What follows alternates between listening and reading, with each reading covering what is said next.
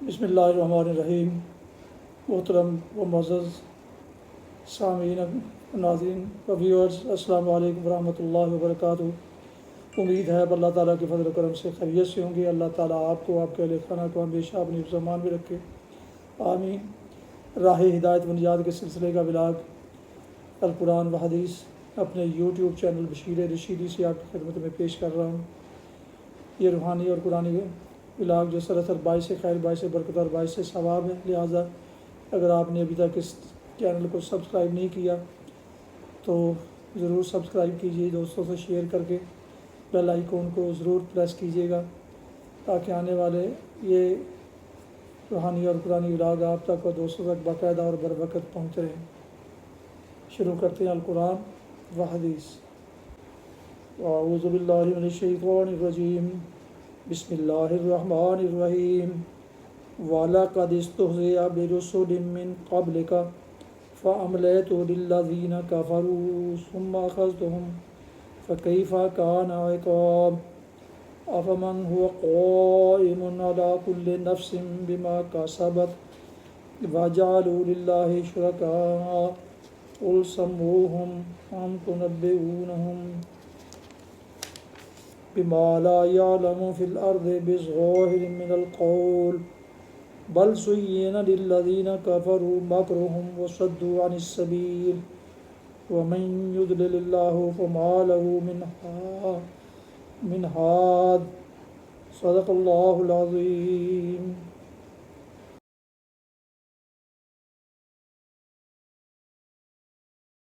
آپ نے سورہ الرعد کی آیات مبارکہ 32 اور 33 کی تلاوت سماعت فرمائی۔ اس کا اردو ترجمہ پیش کرتا ہوں۔ وَلَقَدِ اسْتُهْزِئَ بِرُسُلٍ مِّن قَبْلِكَ، آپ سے پہلے بھی بہت سے رسولوں کا مذاق اڑایا جا چکا ہے، مگر میں نے ہمیشہ منکرین کو ڈھیل دی اور آخرکار ان کو پکڑ لیا۔ پھر دیکھ لیں کہ میری سزا کیسی سخت تھی۔ پھر کیا وہ جو ایک متنفس کی کمائی پر نظر رکھتا ہے اس کے مقابلے میں یہ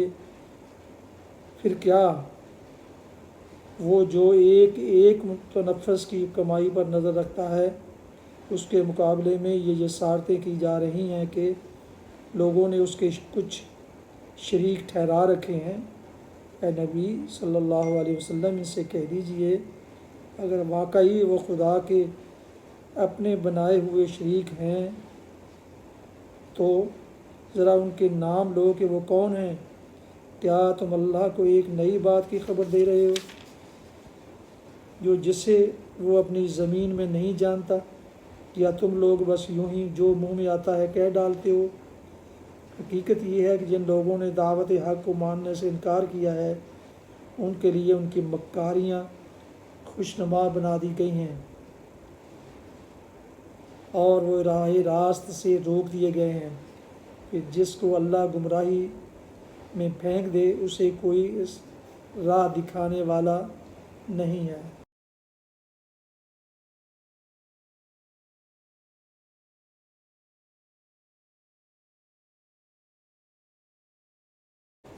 آیات مبارکہ کی تفسیر۔ پھر کیا وہ جو ایک متنفس کی کمائی پر نظر رکھتا ہے، یعنی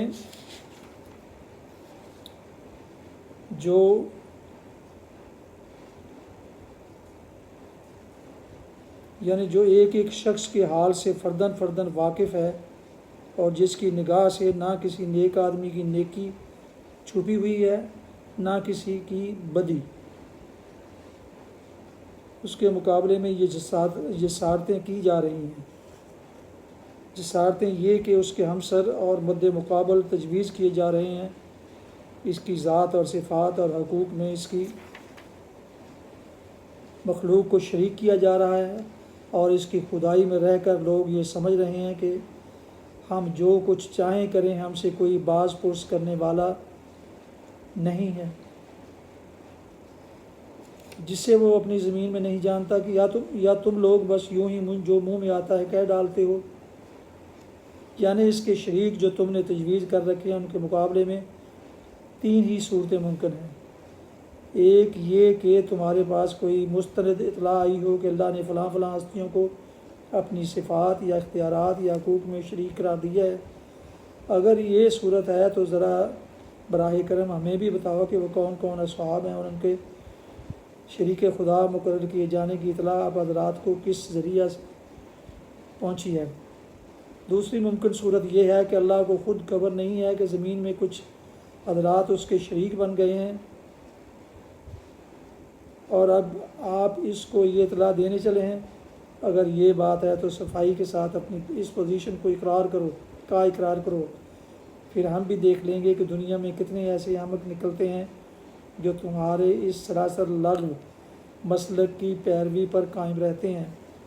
لیکن اگر یہ دونوں باتیں نہیں ہیں تو پھر تیسری صورت یہ باقی رہ جاتی ہے، اور وہ یہ ہے کہ تم بغیر کسی سند اور بغیر کسی دلیل کے یوں ہی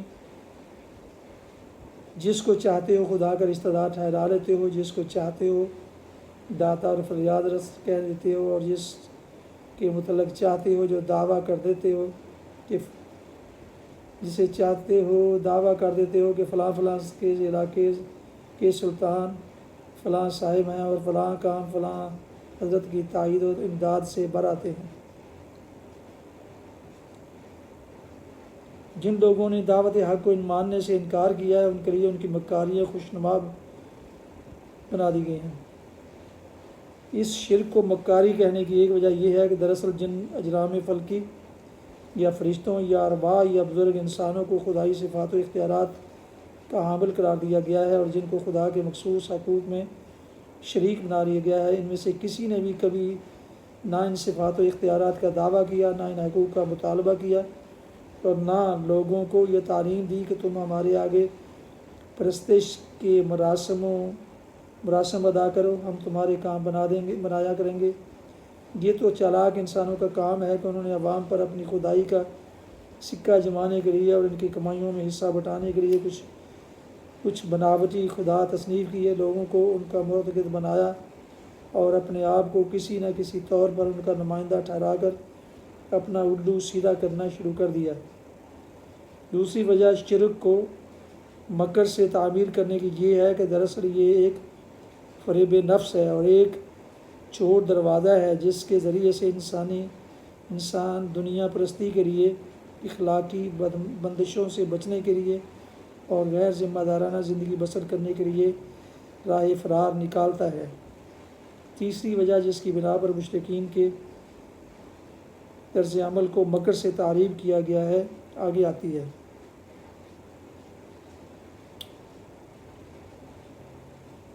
ان کی مکاریاں خوشنما اور وہ راہ راست سے روک دیے گئے ہیں۔ انسانی فطرت ہے کہ جب انسان ایک چیز کے مقابلے میں دوسری چیز کو اختیار کرتا ہے تو وہ اپنے نفس کو مطمئن کرنے کے لیے اور لوگوں کو اپنی راست روی کا یقین دلانے کے لیے اپنی اختیار کردہ چیز کو ہر طریقے سے استدلال کر کے صحیح ثابت کرنے کی کوشش کرتا ہے اور اپنی رد کردہ چیز کے خلاف ہر طرح کی باتیں چھانٹنی شروع کر دیتا ہے۔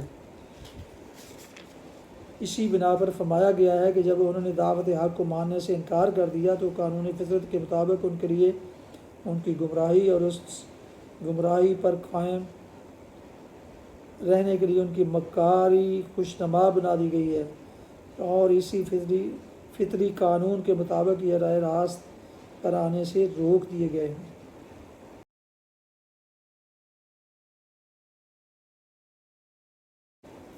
حدیث مبارکہ حضرت ابو ذر رضی اللہ عنہ سے روایت ہے کہ انہوں نے رسول اللہ صلی اللہ علیہ وسلم کو فرماتے ہوئے سنا کہ جس شخص نے کسی آدمی کو کافر کہہ کر پکارا یا کہا اے اللہ کے دشمن، جبکہ وہ ایسا نہ ہو تو وہ بات اسی کی طرف لوٹ آتی ہے۔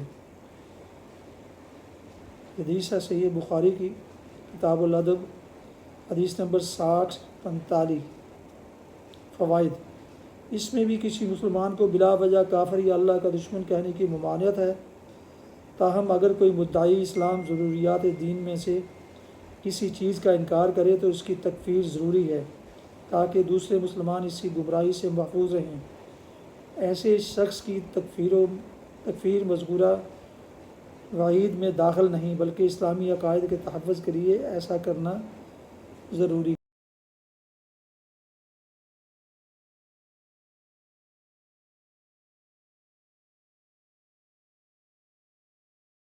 ناظرین و سامعین اکرام، آپ ابھی سن رہے تھے، دیکھ رہے تھے راہ ہدایت و نجات کے سلسلے کا ولاگ القرآن و حدیث، جس میں آج سورہ رات کی آیات مبارکہ 32 اور 33 کی تلاوت، ترجمہ و تفسیر بیان کی گئی۔ اس کے علاوہ ایک حدیث مبارکہ بھی آپ کی خدمت میں پیش کی گئی، اور اسے میں نے اپنے یوٹیوب چینل بشیر رشیدی سے آپ کی خدمت میں پیش کیا۔ یہ روزانہ سلسلے کا ولاگ ہے جو روحانی اور قرآنی ہونے کے علاوہ سراسر باعث خیر، باعث برکت اور باعث ثواب ہوتا ہے۔ لہٰذا اگر آپ نے اس چینل کو ابھی تک سبسکرائب نہیں کیا تو پلیز سبسکرائب کر کے دوستوں سے شیئر کر کے ان سے بھی سبسکرائب کرنے کے لیے کہہ دیجیے، اور بیل آئیکن کو پریس کرنا نہ بھولیے گا، تاکہ آنے والے یہ روحانی اور قرآنی ولاگ آ کر باقاعدہ اور بر وقت آپ تک پہنچتے رہیں۔ اللہ تعالیٰ آپ کو حامی و ناصر ہو، اللہ تعالیٰ آپ کو، آپ کے اہل خانہ کو ہمیشہ اپنے حفظ و امان میں رکھے، آمین۔ اپنا بہت خیال رکھیے گا، اپنی دعاؤں میں پیارے وطن، والدین، آباء و اجداد، اعزاء و اقارب، دوستوں کے علاوہ اس ناچیز کو بھی ہمیں شامل فرمائیں تو انتہائی شکر گزار ہوں گا۔